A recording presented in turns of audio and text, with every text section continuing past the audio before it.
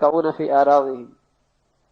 پھر رسول صلی اللہ علیہ وسلم فرماتے ہیں جب مجھے معراج میں لے جایا گیا اور ملا اعلیٰ کے اس سفر میں جب میرا گزر ایسے لوگوں پر ہوا جن کے ناخن سرخ تانبے کے تھے، یہ سرخ تانبے کے سرخی جہنم کی آگ کی وجہ سے ہو چکی تھی، ان کا تانبا سرخ ہو چکا تھا، جن سے وہ اپنے چہروں اپنے سینوں کو نوچ نوچ کے زخمی کر رہے تھے.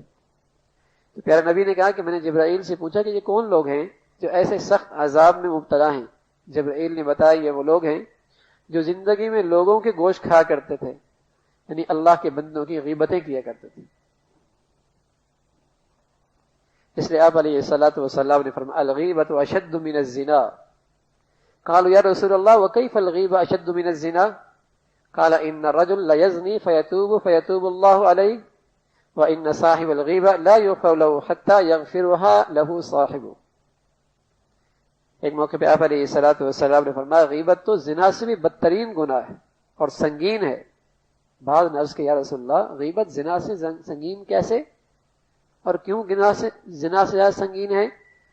آپ نے فرمایا کہ بات یہ ہے کہ آدمی اگر بدبختی سے زنا کر لیتا ہے تو صرف توبہ کرنے سے اس کی معافی اور مغفرت اللہ کی طرف سے ہو سکتی ہے، لیکن غیبت کرنے والے کی معافی نہیں ہوتی. اللہ معاف نہیں کرتا جب تک کہ جس کی غیبت کی جائے وہ معاف نہ کرے. اور بعض علماء نے لکھا وجہ یہ بھی ہے کہ زنا کو تو پھر بھی گناہ سمجھ لیتا ہے، توبہ کی توفیق ہو جاتی ہے، غیبت کو گناہ بھی نہیں سمجھتا بلکہ آگے سے جرت کرتا ہے. ارے میاں میں نے وہ بات کی جو اس کے اندر ہے، ارے میاں اس کے اندر ہے تبھی تو غیبت ہوئی، اگر نہیں ہوتی تو بہتان ہوتا. غیبت ہوئی تبھی کہ اس کے اندر یہ خامی ہے، اگر نہ ہوتی تو یہ بہتان ہوتا. اس لیے آپ علیہ الصلوۃ والسلام سے پوچھا گیا یا رسول اللہ مل غیبت، غیبت ہے کیا؟ قال اللہ و رسول. حضور نے پوچھا تم جانتے ہو غیبت کیا ہے؟ کہ اللہ و رسول عالم، اللہ اور اس کے رسول خوب جانتا ہے. قال ذکرک اخاک بما یکرہ قیل افرأیت ان کان فی اخی ما اقول قال ان کان فی ما تقول فقد اغتبتہ وان لم یکن فی ما تقول فقد باہتہ. کہ اپنے بھائی کا تذکرہ اس طریقے سے کرو کہ وہ تمہیں اگر اس کے سامنے کیا جائے تو اسے ناپسند کرے. کہ یا رسول اللہ اگر اس کے اندر یہ چیز ہو بھی تو کیا تبھی تو غیبت ہے، اگر نہ ہو وہ تو بہتان ہے. تو کتنا سنگین گناہ ہے یہ.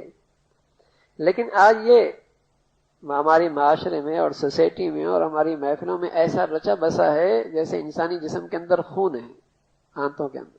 ایسا کوئی محفل کوئی مجلس خالی نہیں غیبت سے. وَلَا يَغْتَبْ بَعْضُكُمْ بَعْضًا أَيُحِبُّ أَحَدُكُمْ أَنْ يَأْكُلَ لَحْمَ أَخِيهِ مَيْتًا فَكَرِهْتُمُوهُ وَاتَّقُوا اللَّهَ. تم پسند کرتے ہو کہ اپنے مردے بھائی کا گوشت کرو، یقین نہ پسند کرتے ہو، پھر اللہ سے ڈرو، پھر غیبت نہ کرو. تو اسی طریقے سے زبان کا یہ بدترین گناہ ہے کہ آدمی دوسروں کی پر الزام لگائے، بہتان کرے، غیبت کرے یا چغلخوری کرے.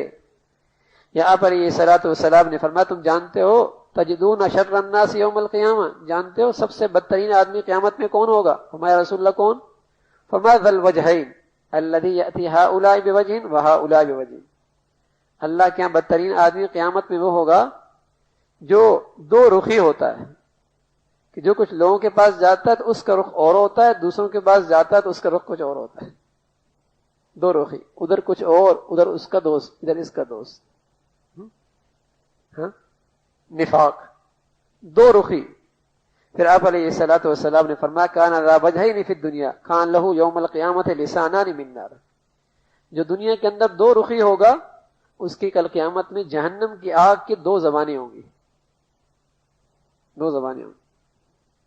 تو دو رخی نفاق، ادھر کچھ اور رخ دکھا رہا ہے، ادھر کچھ اور رخ دکھا رہا ہے. تو حضور علیہ الصلوۃ والسلام نے اس بد اخلاقی سے منع فرمایا. اس سے نفرتیں پیدا ہوتی ہیں، محبتیں ختم ہوتی ہیں، خاندان ٹوٹتے ہیں، گھر ٹوٹتے ہیں، دوستوں میں غلط فہمیاں پیدا ہوتی ہیں، باہمی تعلقات خراب ہوتے ہیں، حسن معاشرت جو رہن سہن کے میرے نبی نے پسند فرمایا، محبتیں الفتیں، ان سب کی جڑیں کٹتی ہیں. اس لیے انہیں سنگین جرائم قرار دیا اور برے اخلاق قرار دیا. تو مسلمان کی زندگی ان سے پاک ہو، مسلمان کی زندگی ان بد اخلاقیوں سے پاک ہو. اللہ عمل کی توفیق نصیب فرما دے.